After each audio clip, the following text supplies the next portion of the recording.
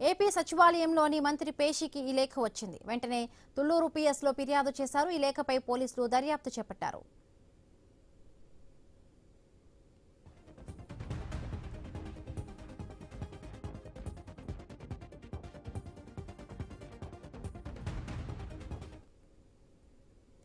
చంపేస్తామంటూ AP మంత్రి కందుల దుర్గేష్ కు మావోయిస్టుల పేరుతో బెదిరింపు లేఖ వచ్చింది. మంత్రితో పాటు ఆయన కుటుంబాన్ని కూడా చంపేస్తామని ఆ లేఖలో ఉంది. దీంతో ఒక్కసారిగా కలకలం రేగింది. ఏపీ సచివాలయంలోని మంత్రి పేషికి ఈ లేఖ వచ్చింది. వెంటనే తుళ్లూరు పిఎస్లో ఫిర్యాదు చేశారు. ఈ లేఖపై పోలీసులు దర్యాప్తు చేపట్టారు.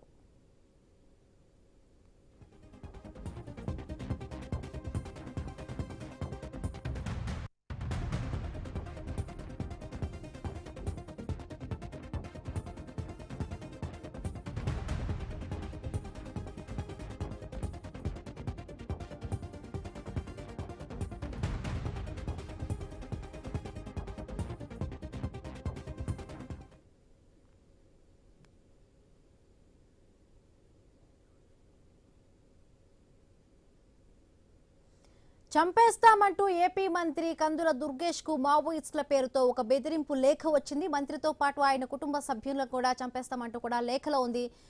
దీంతో ఒక్కసారిగా కూడా కలకలం రేగింది. ఈ బెదిరింపు లేఖకు సంబంధించి మరిన్ని పూర్తి అప్డేట్స్ మా కరెస్పాండెంట్ భార్గవ్ అందిస్తారు. భార్గవ్,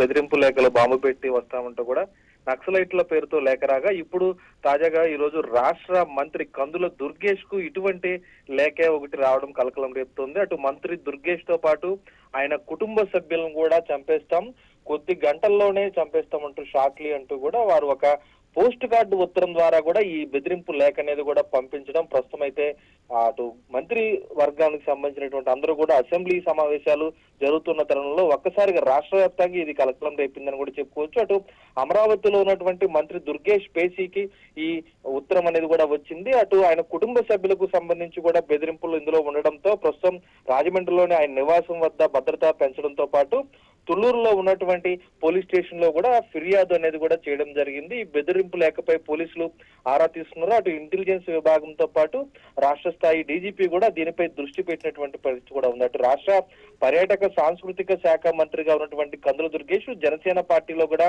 ఆయన కీలకంగా ఉన్నారు. ఈ తరుణంలో అటు గోదావరి జిల్లాలో కూడా ఆయనకు అతిపెద్ద ఫాలోయింగ్ ఉన్న నేపథ్యంలో ప్రస్తుతం దుర్గేష్ కు సంబంధించి ఈ బెదిరింపు లేఖ అనేది కూడా అసలు వాస్తవమా కాదా, ఈ పోస్ట్ కార్డు ఉత్తరం ఎవరి నుంచి వచ్చింది అనే కోణంలో కూడా ప్రస్తుతం ఆరా తీస్తున్నారు. ఖచ్చితంగా దీనికి వెనుక ఉన్నటువంటి పాత్రదారులు ఎవరు, సూత్రధారులు ఎవరు అనే కోణంలో కూడా ప్రస్తుతం ఆరా తీస్తున్నారు. మంత్రి కుటుంబానికి సంబంధించి అటు మంత్రి కూడా అసెంబ్లీకి అందుబాటులో ఉన్న నేపథ్యంలో ఆయన కుటుంబ సభ్యులకు సంబంధించి కూడా భద్రత పెంచే విషయంపై కూడా ఇప్పటికే పోలీసు ఉన్నతాధికారులు చర్యలు తీసుకున్నారు. రాజమండ్రిలో ఆయన నివాసం వద్ద కూడా పోలీసులు బలగాలను పెంచేటువంటి అవకాశం కూడా ఉంది. Himabindu right, thank you Bhargav, thanks for the updates.